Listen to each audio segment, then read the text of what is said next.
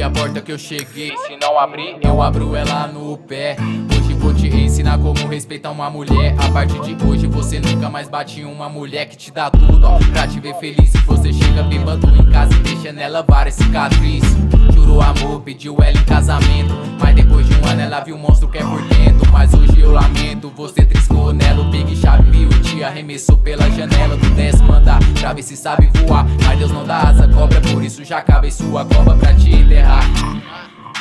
E todos juntos vamos fazer o feminicídio acabar. E você veio de uma mulher, então respeita elas. E você veio de uma mulher, então respeita elas. E você veio de uma mulher, então respeita elas. Respeita elas, respeita elas. E você veio de uma mulher, então respeita elas. E você veio de uma mulher, então respeita elas. E você veio de uma mulher, então respeita elas. Respeita elas, respeita elas. Sem as mulheres não seríamos nada na vida. Olha o exemplo, sua mãe que te deu sua vida. E eu não entendo como o cara ainda cresce machista e tem coragem de bater em uma mina que devia ser tratada como uma flor e não ficar em casa trancada sentindo dor. Com um imbecil que pra ela jurou amor, ou só jurou.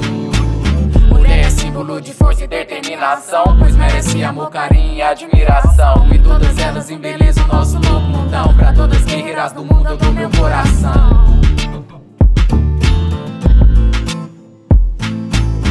Você veio de uma mulher, então respeita elas. E você veio de uma mulher, então respeita elas. E você veio de uma mulher, então respeita elas. Respeita elas, respeita elas. E você veio de uma mulher, então respeita elas. E você veio de uma mulher, então respeita elas. E você veio de uma mulher, então respeita elas. Respeita elas, respeita elas.